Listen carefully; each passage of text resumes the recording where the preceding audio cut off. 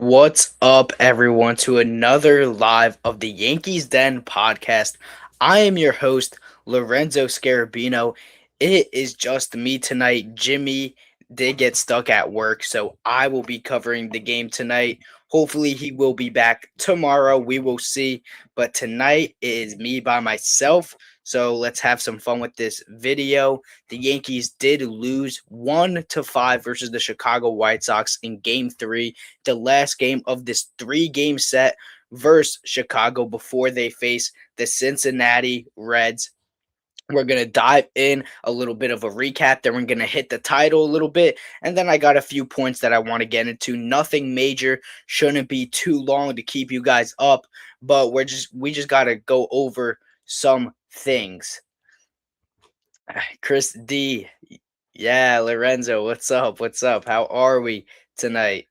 Let's have a good stream. You interact with me. Let me know your thoughts on the game tonight, what you guys saw, what you maybe didn't like or did like, and if you guys are concerned at any level. But without further ado, let's jump into the recap before we head into our topics. So tonight, it was a pretty boring game as we all watched until the eighth inning, really, where it all unraveled for the Yankees. But let's start from the top.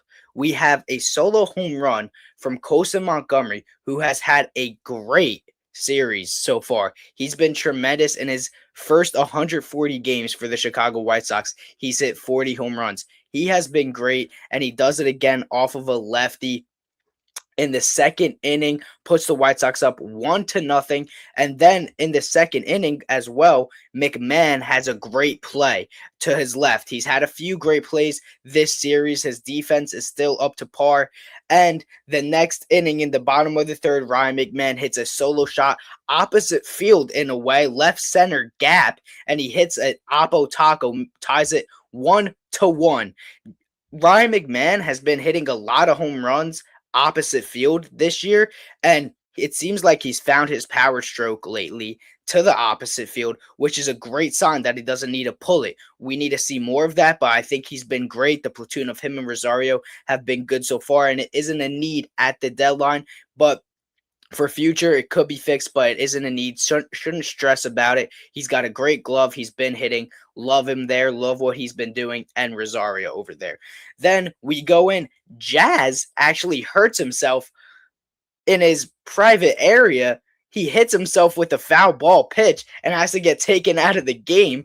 And Volpe gets brought in. He gets put at shortstop and Cabby at second base. I honestly think that was a shot for the Yankees to put Volpe at second and keep Cabby at shortstop, but whatever. That didn't really do much. Caballero gets picked off in the fifth inning. Nothing interesting really going on, just stupid mistakes by the Yankees on the base paths, not really getting a lot of runners on and in scoring position for the Yankees to capitalize. Then we head over to the eighth inning. Cruz gives up a leadoff double to the pinch hitter earlier in the game, Sam Antonacci.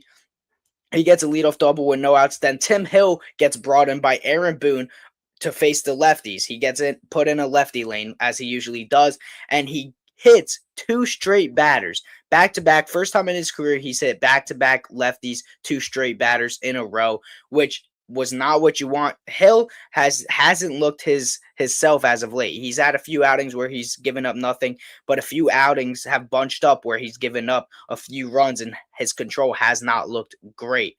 But that happens. Bases loaded, nobody out. Then Cruz gets a strikeout, big strikeout with one out, and I don't really understand why, and we'll get into this a little more later on, but Aaron Boone has been solid all year pretty much. He's had a few hiccups. He takes out Hill and he puts in Doval. Now, I think he should have kept in Hill because he's a ground ball pitcher, could have got the double play with one out. But instead, he goes to Doval, who hasn't been good, puts him in a high leverage spot, and he's terrible with runners in scoring position. And he puts him in with bases loaded, one out. And what does Doval do? First pitch cutter inside to the pinch hitter, Andrew Benintendi. And Andrew Benintendi, who's killed us since he was with the Red Sox, he hits a first pitch home run, grand slam to break up the tie in the eighth and put the White Sox up 5-4. 3-1. That's the nail in the coffin. The Yankees don't do anything after that, don't really threaten, don't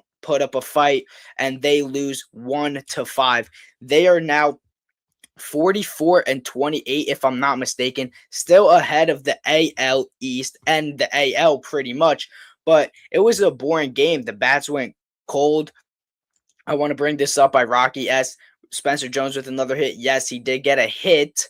I mean, the wind played a factor. So, yes, he did on paper get a hit. He got a double actually out of it. But Dominguez also almost dropped a fly ball with the wind, but he caught it thankfully. I mean, the wind was a factor tonight, and we saw it with the Spencer Jones. But your I just want to bring up this comment. Your bro needed to rest his brain after last night. Yeah, maybe. Yeah, maybe he did. I don't know, but I don't know. He's stuck at work. We'll see him in future episodes. There might be some times where it's just me, but I will always make sure I get on a live and get something out for you guys. I love covering the game. I love doing this, and I love your guys' support. If you're here, like, subscribe, share the video, do everything to help me out, please. It just helps with the algorithm. I'm pretty sure I said yesterday you can boost the videos. I'm not sure how to do that, but I think there's a button that helps me out as well. Now, first off, I want to get into my first topic, and that's going to go along with what I said that we're going to be getting into. Is Aaron Boone has been solid, but he blows this game by putting Doval in. Now, granted, the Yankees bullpen is not that deep. They are not strong. It's very hard to make decisions around this bullpen when you have guys off. I mean, the last two nights, the rotation has been fine in giving you innings, and we've scored multiple or double digits runs both nights, so that Yarbrough and Blackburn could just be used and the bullpen could be rested, and they've done their job. They haven't surrendered anything, not too much. Blackburn 1 run yesterday, but nothing you can't, that'll hurt you. But with that, I mean, this bullpen still is not deep at all. And you have guys like Tim Hill struggling as of late. You have guys like Doval who hasn't found it. Jake Bird who stinks.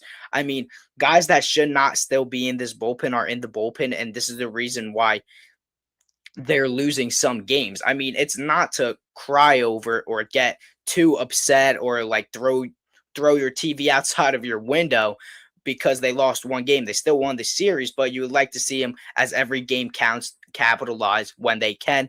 They didn't score off of Sean Burke. Sean Burke was brought in after an opener started. Then he was brought in and finished the whole game, 7 1/3, and he pitched really well against the Yankees. He had a bad ERA coming in, hasn't looked that sharp this year, but of course he comes and pitches good against the Yankees when they hit the White Sox ace around, but they couldn't do it against Burke. It happens. Sometimes the offense is going to go flat and cold and not score any runs. But getting back to Boone, is he blew it. He should have kept in Hill, I think.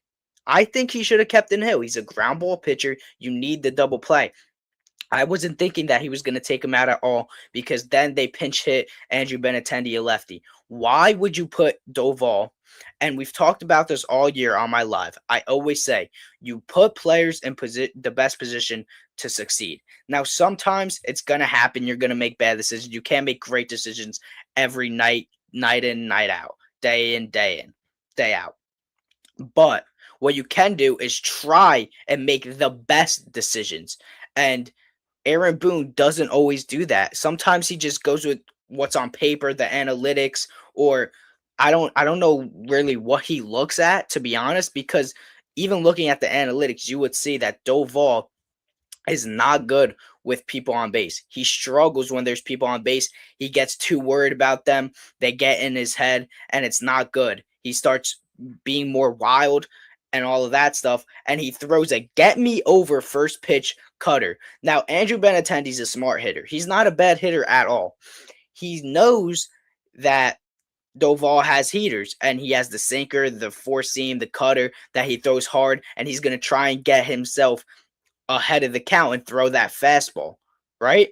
So he knows, he ambushes that cutter. The cutter was a bad cutter, comes right into him. Instead of throwing a backdoor cutter, maybe going high, or a little bit inside to jam him outside of the zone. You don't have to get a get me over. Just see where he's at, where he's looking. If he sells out on a ball outside the zone too far inside, then you know what he's sitting on. Then you can maybe throw in a slider or go high and away or go low and away. Then you know what he's sitting a little bit. But when you start to throw that get me over pitch that they're sitting on, which is your main primary pitch that you throw, it's going to get ambushed. And guys like Andrew Benintendi are gonna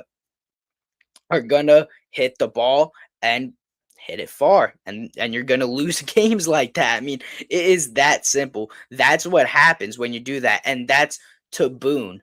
Boone could put the guys in. The guys obviously have to play the game, and if they don't perform to what we expect, then it's not always on Boone. But that's on Boone. You could have kept in Tim Hill, but you didn't. You decided to go to Doval when he hasn't been good this year at all. Since being traded to the Yankees, he hasn't been good in high leverage spots, low leverage spots, runners in scoring positions, and you put him in and he blows the game. What else would you expect from Doval so far this year? I mean, he just has not done the job, and it's really sad because I thought he was going to be good coming over from San Diego or San Francisco. My bad, not San Diego. San Francisco, I thought he was going to be electric, good for this club, throws gas, which is what we needed, and he has been anything but that. He has not been great at all.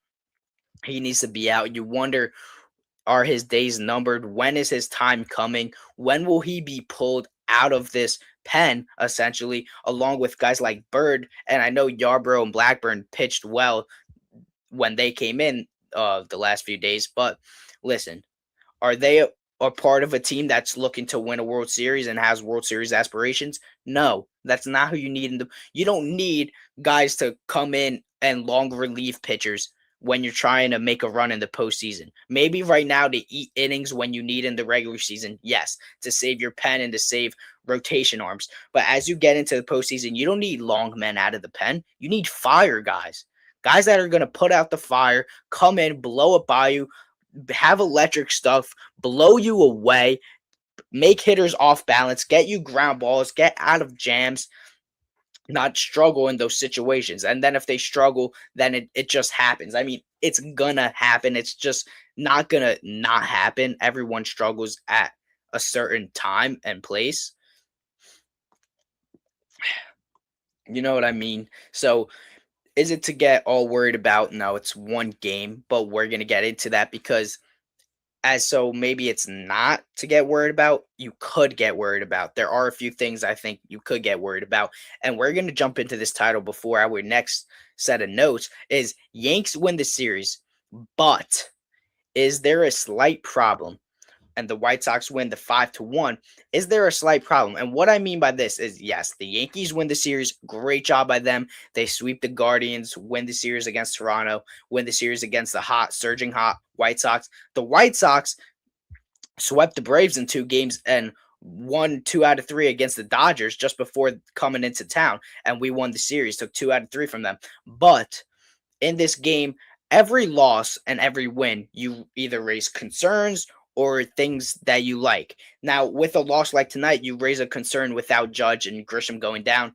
The offense went cold. Now, we've seen this time and time again. This Yankees offense gets into these hot stretches where like they're unbelievable. How are they going to ever lose? They're unbeatable. And then they get into these cold stretches. And it always starts off with a night like this. They get cold against maybe a bad pitcher, or they just don't really capitalize, don't get guys in scoring position, don't do what they've been. Now, you have to wonder, do the Yankees get into a cold stretch because this offense gets cold and their rotation has been struggling as of late? Earlier in the season, if their offense maybe scored 2-3 runs, maybe you got away with it a few games and we won and we crawled out and we won those games because the rotation was solid at its peak. It was fresh, started the season, bullpen was a little fresh, it was still iffy, but it was getting the job done. But now the rotation, Will Warren hasn't given you so much. Ryan Weathers' great outing tonight hasn't given you so much, and we're going to dive in to Weathers. But with that, I mean, you have to, it begs the question, and the question has to be asked. If something like this keeps on happening, then we're going to be like, hold up a little bit. Maybe this team isn't that good. You know what I mean? I don't think it's something to get worried about. We have to see how they play against the Reds. The Reds are a sneaky good team. They have some youngsters that are good. I'm sure we're going to be facing Chase Burns in this series. He's a great young pitcher.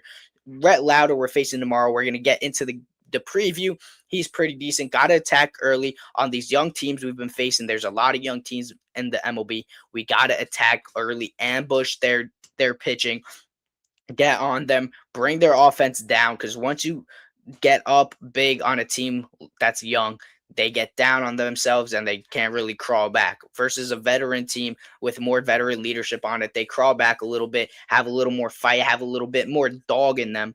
But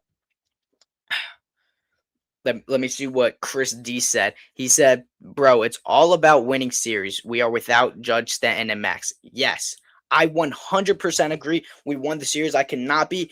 This is why I'm not being so negative. But you have to raise some questions when you lose. And he just commented, yes, this team is different. This team is way different because look at what they're doing without Judge, Stanton, Fried. Now Grisham's hurt, and they came back and won that Blue Jay series when he was hurt.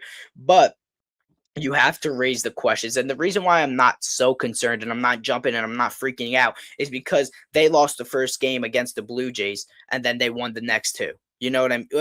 When Trent Grisham went down. So and they won the first two, and okay, it happens. The offense is gonna go cold. It's not gonna score 10 plus runs every night, or it's not gonna be insane every night. But I'm just raising the question just to jump out ahead of it, because if it happens, I could say I called it early, and if it does happen and I didn't say it, then I'm not gonna hop on like, oh, I told you they were gonna do this. I'm just saying, watch out, it could happen. Do we see this Yankee team go down that path, or are they gonna bounce right back? It's one loss. Don't get too worried about that. Just wanted to bring it up. Brian Caulfield, 407. I want a written apology from Boone and Duvall. Yes, I mean, it was bad. It was bad management tonight. That's not the guy who you go to. I mean, who do you go to? I would have stayed with Hill, like I said, but maybe go to Hedrick. I know he pitched for 2 outs yesterday. Go to Hedrick. Or, I mean, you used Cruz. Why even take him out if he gave up a leadoff double? Just let him pitch. I mean, I really don't know. I would have went with Hedrick, maybe, possibly, if he wasn't fatigued. Like I said, there's not really a lot of avenues that you can go down with this bullpen, as it's not that great and lengthy. It's not. When a bullpen is bad, then it's not as lengthy. When it's good, it's length. Like a lineup. When a lineup is good, you have length. You go down, you're like, dang. They have length in this lineup. Like, every guy is going to be tough. And the bullpen, you have Bednar, and if Bednar's off, then you're cooked, essentially. But you have Bednar, Cruz, and Hill. I still like Hill, but he has been bad as of late. That's why you need fresh arms like LaGrange. And LaGrange, speaking of the bullpen and us wanting to bring LaGrange up, LaGrange pitched tonight. He gave up, I think it was 2 or 4 runs. I'm actually going to find it right now for you guys. But he gave up a few runs in an inning and 2/3 innings pitched out of the bullpen for AAA. And it's expected to happen that he's going to give up runs because he's new to the pen and growing pains are going to happen. We see it with everyone. Growing pains always happen. Yeah, he goes 1 and 2/3 inning pitch, 2 hits, 4 runs, no earned runs, actually, which is pretty interesting. I did not see that. No earned runs, so that means there must have been a lot of errors, but he walks 2 people and he gives up a home run. So, not what you like to see, but to be honest, it doesn't really matter the minor leagues because we saw Cam Schlitter and Cam Schlitter came up. Cam Schlitter was never a top prospect in the minor leagues, always touted, and then he came up and he's insane. A top 3 pitcher in baseball right now, top 5 maybe, if people want to make the argument. I think top 3, Schoolboy, Skeens, and him. Maybe you can make the case Jacob Mizorowski's in there, but that's what I think about it. Don't get too worried. see what happens this series. Then we start making more of a judgment if they're getting cold. Cold stretches happen. They just have to limit it with Judge and all these guys out. The Rays are playing bad, so it can happen. They have a little bit of luxury because the Rays are playing bad and the AO is so weak. They're not playing good at all. So you have luxury. Take a deep breath. You won the series. Go into the Red Series. Whole new series, whole new team, young team. Get on their throats early. I want to bring up Rocco's comment, Rocky S, who's replying to another comment. Yes, it is, saying it is a different team this year. The energy and bond that they needed because of players like Cabby and Rosario. Yes, and also because everybody hated them bringing back the same people, and everybody was saying they're bringing back the same lineup, the same exact players. It's never going to work. It's not going to be good. Listen, look at the chemistry this team has. Paul Goldschmidt, as Jimmy mentioned yesterday, he took less money to come to the Yankees because he saw something in this group and of how tight knit this group is. They are a very close team. Even with Judge and Grisham hurt, they were on the bench tonight. They still could, you could still feed off of that energy. Them being there, the presence of the captain there. So this is a very good team. It is different. I love that Cabby and Rosario make a huge difference because of how energetic they are. We saw that at the end of last year, even though they couldn't get it done in the playoffs, but we saw how energetic they were. We saw Rosario outside of the dugout every game. Every time something happened, he's the hype man. And when he's in the game, you see it. Bat flipping a home run off a crochet. I mean, you see the hype with Rosario and guys like that. So that's great, getting a little off topic. But going on to our next spot, I already covered it, so we're gonna move on. I said, what's next? Well, actually, we could touch up on it a little bit. I did discuss it in depth a little bit of Doval pitching, can't pitch in high leverage spots, but what is next? And let me know in the comments. What would you do with Doval right now? What is your move? Are you DFAing him? Are you keeping him, giving him a few more appearances, seeing what he could do, or are you shipping him out? Do you try and wait till the deadline to maybe see if you can move him if anyone's interested, or do you just straight up DFA him? Because you know a team's gonna pick him up. He throws gas. He they maybe think that they could fix something. I could see a Rays maybe picking him up or Dodgers picking him up. I could just see a team that's good with their pitching system picking him up, and maybe he's probably decent. But what are your thoughts? Maybe even the Mets, because they like to take everybody from up Luke Weaver, Devin Williams. So I wouldn't be shocked there. But what do you guys think's next for him? I really don't know what I would do with him. I really think if you're gonna pitch him and keep him on the team, you just throw him in low leverage spots. Stop putting him in high leverage spots. It does not make sense. Brian Caulfield with a comment. I think if he can't be included in a trade, he's DFA'd around the deadline.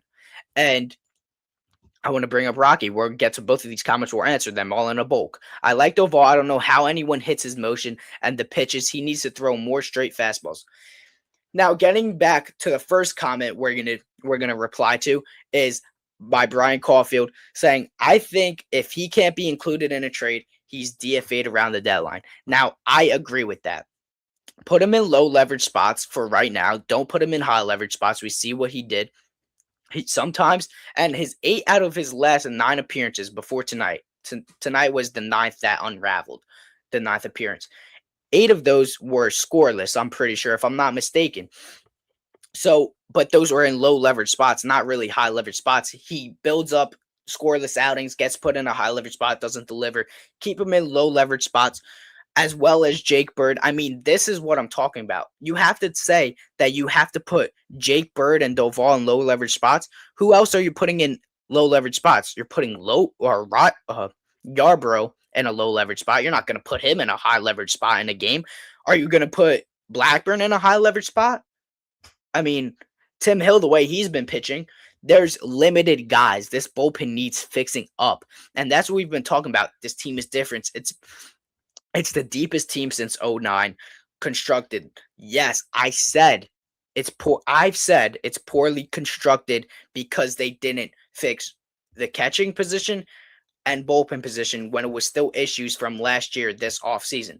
but it's deeper team because of the bench they have. And look at the young players and look what's going on with Judge and Stanton injured and Fried. They're stepping up and they're still playing well. So that's why I say it's so deep. Yes, there are still problems. There are still flaws. Every team has flaws, including the Dodgers and Braves, who are first place among the whole major league. But I agree with you, Brian. I think if he can't get included into a trade, he is DFA'd around the deadline. I think they keep him for the deadline to see what they need or could do, or if he just bounces back randomly and strings together a few clutch outings. And going to Rocky's comic, Rocky S, he says, I like Doval. I don't know how anyone hits his motion and pitches. He needs more straight flat fastballs. Now to that, yes, I agree. He needs to throw that sinker more, tunnel the sinker with the cutter. And I said, stop throwing those cement mix sliders. Stop throwing them. You're speeding up opponents' bats, and that's why they're out in front of it, taking it pull side and hitting home runs. Now, his motion is funky and he throws gas, but he throws and he has zero idea where the ball is going. He throws the ball, it's his arm comes back like a slingshot. He has zero idea where he's throwing the ball. He's just whipping it 101, throwing cutters or a sinker. That's all he's doing. I need to see better location out of him. I don't know how anyone hits him, but when you throw it right down the middle against major league hitters, obviously we're saying that because we're not major league hitters, but as a major league hitter now, as a more common basis, you're seeing 98 to 99 commonly in everyone's bullpen. Now starters are starting to throw 100. So you're going to see it more often. Hitters are going to adapt. They've already adapted and they're waiting for that pitch. That's the pitch they're waiting for. Every player in Major League Baseball should be, if they're not, and they probably are because they're not stupid, they made it to the majors somehow, all sitting dead red fastball. And even me, I'm a college player. I play JUCO, junior college. What do I sit? And everyone sits, and an MLB player will sit a fastball. You're sitting that fastball, and you're adjusting to the curveball. That's all you do is sit the fastball, especially if you know someone brings the heat. If someone comes in and I'm seeing them and I'm watching them from the outside of the dugout and I'm seeing them throw fast, I'm like, okay, why am I going to sit on an off-speed pitch and knowingly be late and not gear myself up to hit that fastball and sell out on an off-speed pitch that rarely comes? What's the best pitch in baseball is a fastball and you only get one, maybe two good pitches to hit in an at-bat. So you're sitting that fastball, waiting for it to come, gearing up. You're selling out on that pitch. If it doesn't come, well, oh well. When it's two strikes, now you protect. But when you have no strikes on you or you have one strike, you're still sitting that fastball. And Benintendi, that's a hitter's count for a pitcher like Doval that doesn't have control and that's trying to get me over pitches. That's what he's throwing. Get me over pitches. So Chris with the JUCO T-Star Lorenzo. Yes. We'll see. Lorenzo Bellinger, you would work an at-bat with a great eye like Cody. I love watching his at-bats. These Yanks are working opposing pitchers. Thank you for that, Lorenzo Bellinger. I love that. Lorenzo Bellinger. Do you guys need to get me in with the Yankees? I'm taking over Volpe's spot.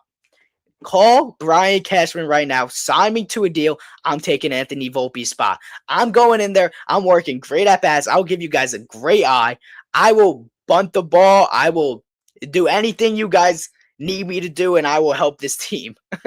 But I love watching his at-bats. Yes, Cody Bellinger is phenomenal. A pure professional hitter. That's what we talk about. When you talk about a pure professional hitter, you talk about guys like Cody Bellinger. He's reinvented himself.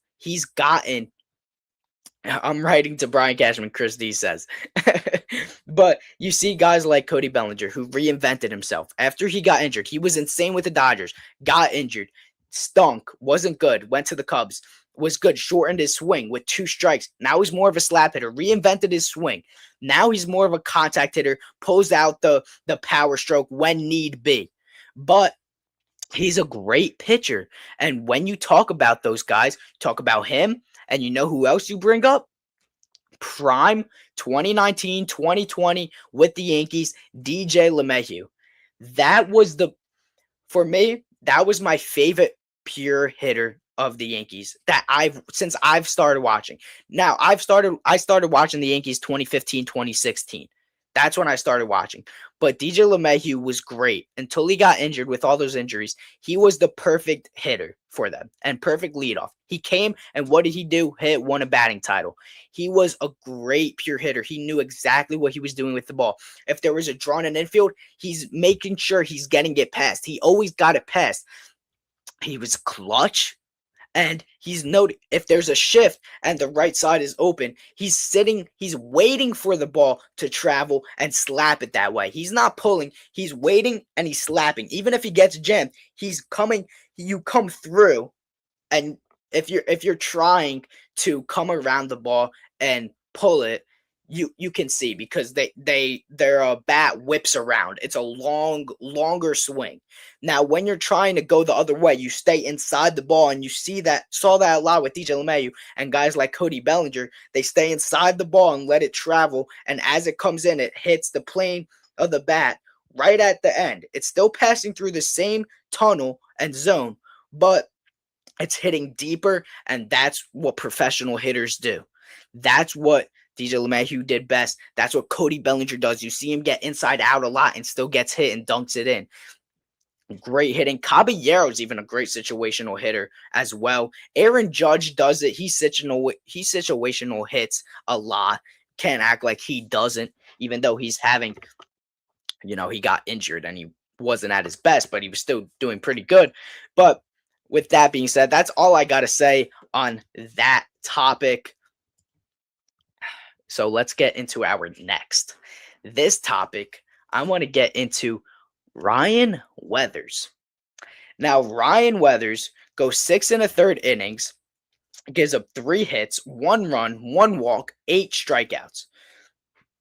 Excuse me. Right? He gets 8 Ks, only gives up 1 run, and he looked great.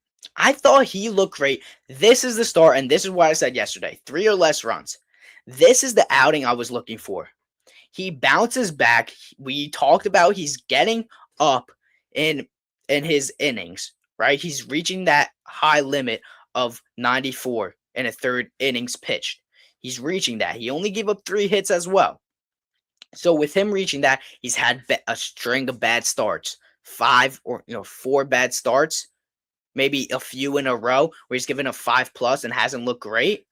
His stuff has looked fine, like you see glimpses, but he's just leaving things over the plate. And what was the broadcast mentioning a lot tonight?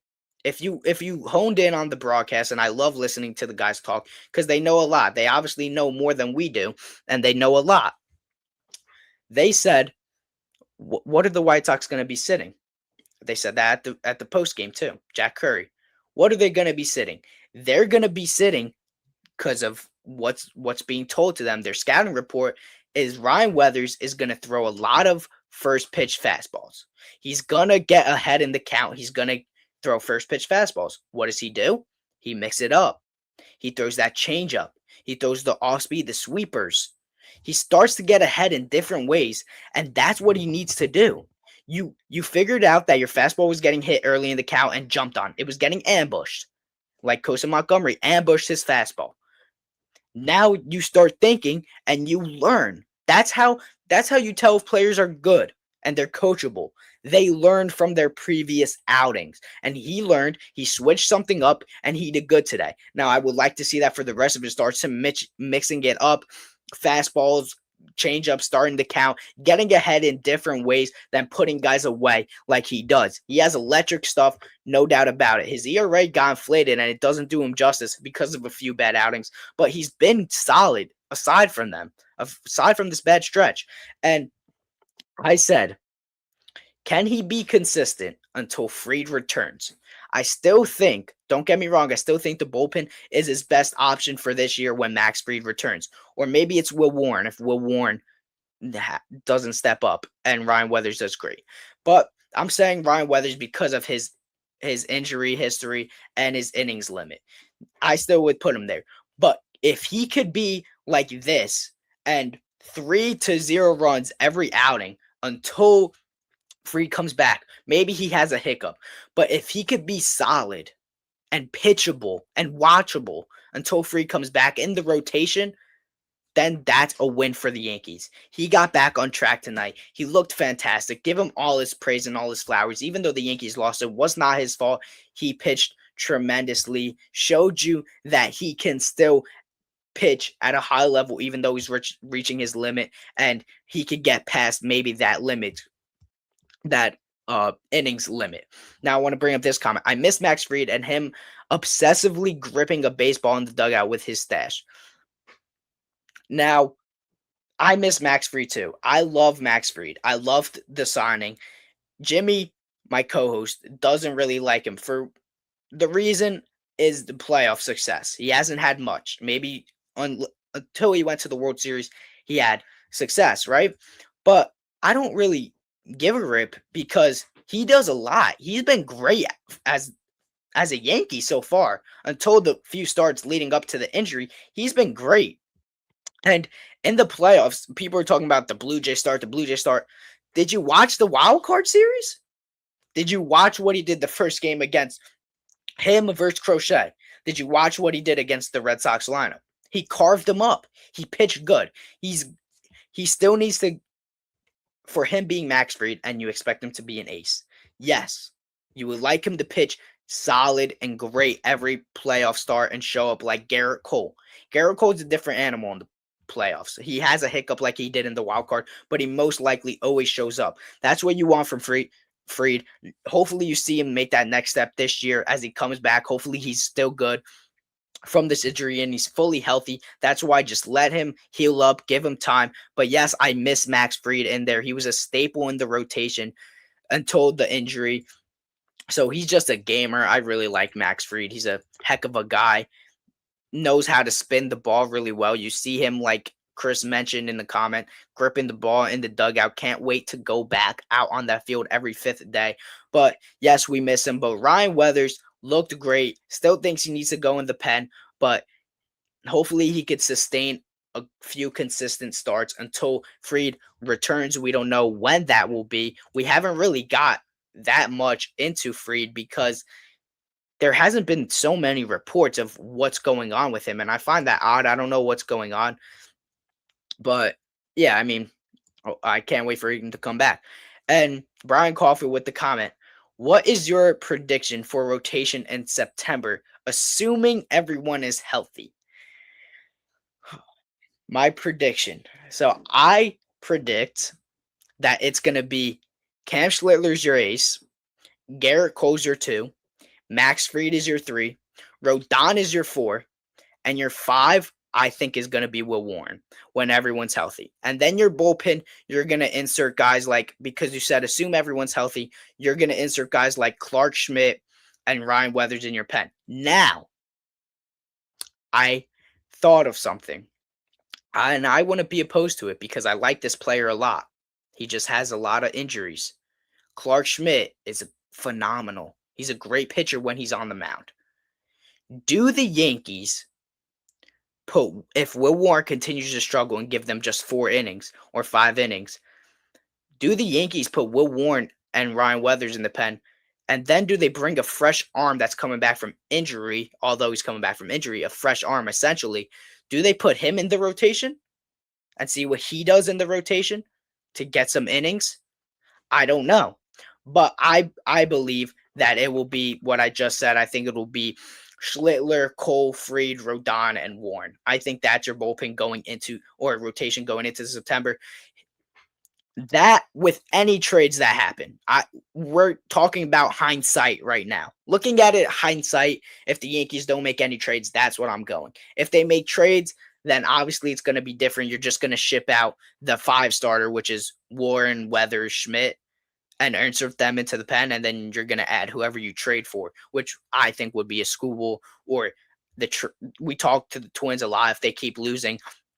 Joe Ryan, but we'll see what happens. That is my prediction, Brian. I don't know what you think. Let me know what you think is the rotation. Do you agree, or do you have a different rotation in mind that you think happens? Getting into Chris D's comment, he says, "Has Lorenzo been to any road Yankee games?" Now, this is an interesting question because no, I have not been to any road Yankee games. I would love to go to road games. I want to experience other ballparks. So far, I've only been to Yankee Stadium. I want to visit parks like the Phillies, Mets. Even though it's the Mets, I want to visit all 30 MLB ballparks, the 29, the rest of them. I want to go to Pittsburgh and all these places. So I will try and get to road games. Hopefully, maybe this year, if not this year, whenever they play next because of the lockout. But no, I haven't been to any road games. Would love to go. Let me know what ballparks, if you guys have been to any road ballparks, what ballparks are good. I've heard the Pirates is beautiful. Baltimore, I want to go to as well. I've heard that's a great ballpark. And now we're going to get into our final closing notes, our last few notes is, and if you guys want me to talk about anything or bring up any questions, just type in the comment and I'll bring you up on the screen and we'll talk about it. But I talked about it a little bit. Offense goes cold. Is this a problem? Let me know if you think it's a problem. Do you guys think it's going to be a problem if they start going cold and their rotation keeps struggling? Do you think it's a problem, or do you think it's just one game we should not be worried? Brian Caulfield says, I agree with 1 through 4. I think Clark Schmidt is going to make a strong case for 5. Could see Warren getting shipped and Weathers to bullpen. I like that comment a lot. I really do. Now, I said, yes, I think Schmidt may make a case for the 5. They may insert him back into the rotation and put Warren and Weathers in the pen. But you said you made a take that Warren gets shipped. I think, and I only think Warren gets shipped if you go and get Scooble, because the Tigers will want someone young and will be proven and guy with control. I think he would be one of the top guys in a Scooble trade, or Joe Ryan, or whoever you want it, whatever big name starter is going to be available. We don't know right now because it's still a little early, but as I said yesterday, as teams start seeing that they're losing and close to the deadline, they're going to see that they're going to start to sell. Then you start hearing more names, and we'll start to gauge a little bit of our packages we will put together for these names. But could see Warren getting shipped. I like that. I think that could happen. That's a possibility. Yes, that is a possibility that could happen. Getting into my other set of notes, they win this series. Should we really be worrying about this one game? It all ties into the offense being cold. Should we be concerned? Will it lead to more losses? Will it lead to a cold streak? Will it lead to the June swoon finally swooning and taking us again? I think we're fine. I'm just raising the question, but I think we are okay. We should relax. It's one game. See where this series go. See where the next series after this one goes. If they have a rough stretch, then maybe they're going on to a little cold skid, or they're just going on their cold streaky stretch and then they're going to get hot again. So we don't know, but this team looks really good right now. I don't want to be negative or harp on them because they have been. It's one loss. It's a 1-5 loss. They had it tied into the 8th and then the bullpen blew it. The bullpen hasn't been strong and we all know that. So let's dive in to the series preview, and then we'll be going off and we'll be live again tomorrow. I do have work, but it will be another late night show like tonight. Give me any of your comments that you want to bring up after this preview, and then we'll talk about it. But if not, then we're going to get to this preview and then we'll be finished for the night. We have the Yankees versus Reds tomorrow. Cincinnati is coming to the Bronx for the first game of a 3-game set. Tomorrow's game is at 7:05, followed by 2 straight day games. 1:30. Let me actually see. I think it's, let's see, Saturday is 1:35 and then Father's Day Sunday is 1:35. So I Sunday might be a late show because it is Father's Day. So, and I'm doing something, so it might be a late show, but we're still going to get content out for you guys. Of course, we'll review the game. We'll see what happens with the Cincinnati Reds. but should be a good matchup, as I think we do face Chase Burns, so that'll be a tough test for this lineup without Judge and Stanton. So that'll be a good test. I like to see that. For tomorrow's game one, we have Rhett Lauder going against Cam Schlittler.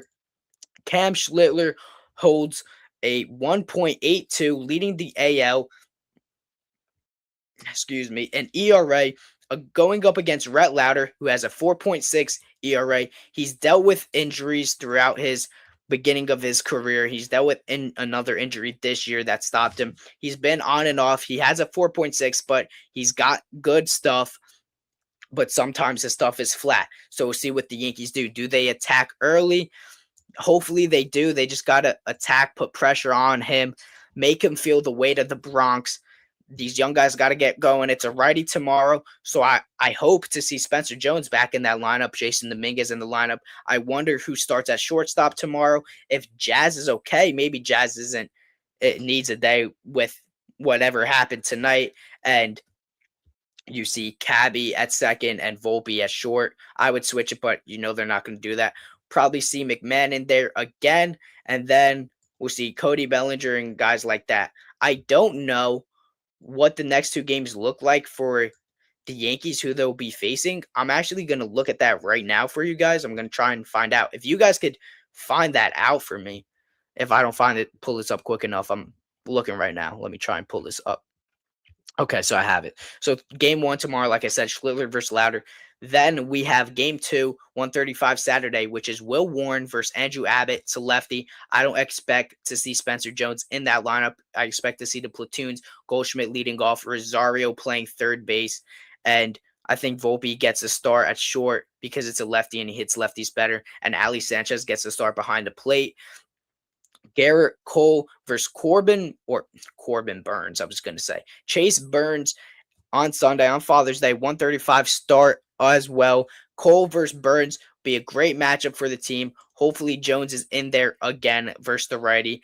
I wish he would be put in against lefties. I mean, he did get that double against the lefty today, the opener. He did get the double with help of the wind, but he did get a hit technically on the scorebook. It boosts his average up. So with that being said, that is it for the Yankees Den podcast. And I'm your host, Lorenzo Scarabino. That's all I have. Thank you guys for tuning in. Like, subscribe. I loved all the comments. And let's go Yankees.